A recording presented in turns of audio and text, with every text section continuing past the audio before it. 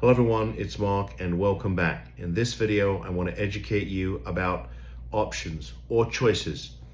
And in some of the other videos I've made, you probably heard me talk a little bit about my father who passed away 9 years ago. And he passed away just 11 months after we opened up the office.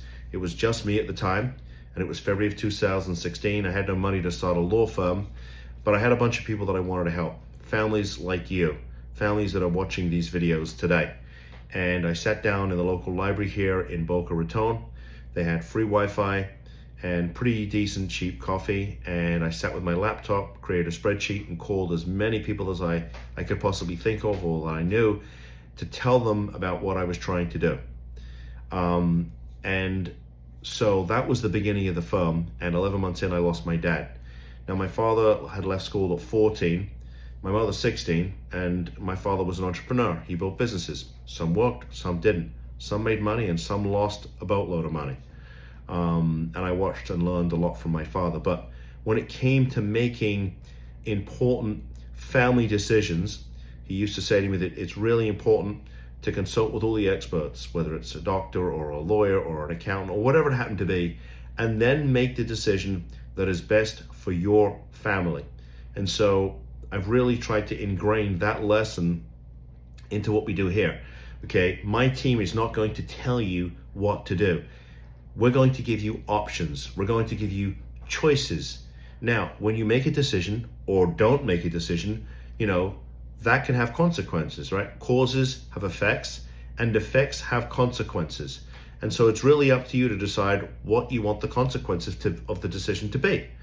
So, for instance, we get a lot of calls from mums and dads, and sometimes mums and dads don't always agree. They're butting heads, and that's a difficult, challenging scenario for us because we need to have everybody on the same page.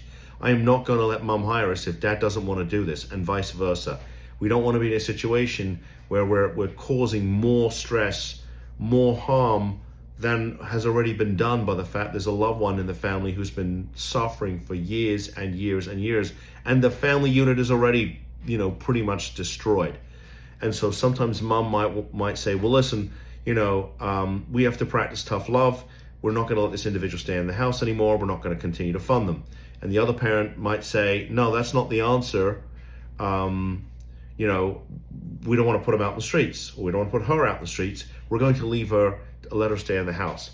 And my philosophy about that is that neither one of those two things really does the trick, because unless you're going to get your loved one into treatment that's clinically appropriate and keep them there for long enough and have them work a continuum of care afterwards, so we get to 1 year with recovery having been experienced and this person's able to maintain it, unless that's going to be the goal, this is a waste of time.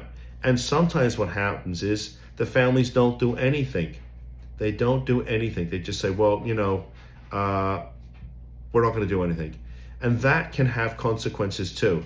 And I can tell you, and I'm going to share this with you, even at the risk of potentially offending you, because if you've watched any of my videos, I'm not going to sit here and just blow smoke up your proverbial backside and tell you if you do nothing, it's going to be okay. Because it's not going to be okay. It's going to continue to get worse and worse and worse.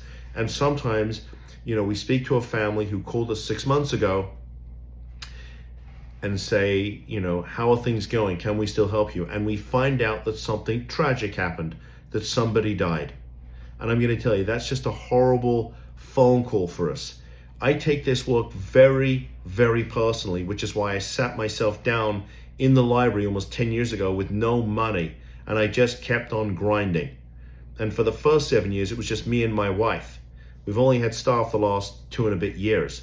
So this work is close and personal, and in many ways it saved me. I'll spare you the sordid details of my own journey, but needless to say, helping other families and saving their loved ones actually helped me to save myself and my family. So at the end of the day, it's really your choice. What do you want to do? Do you want to enable? Do you want to put them on the streets? Do you want to do nothing? Or do you want to make the commitment? Do you want to make the decision to finally save them? Okay, and look, this is a no judgment zone. If you don't want to do anything, that's perfectly okay. These videos are here for you to decide what's right for you. And I give them to you for free, and I'm going to continue to do so that you You can decide what's right for your family, just like my father told me to do and how I conduct my life. It's up to you.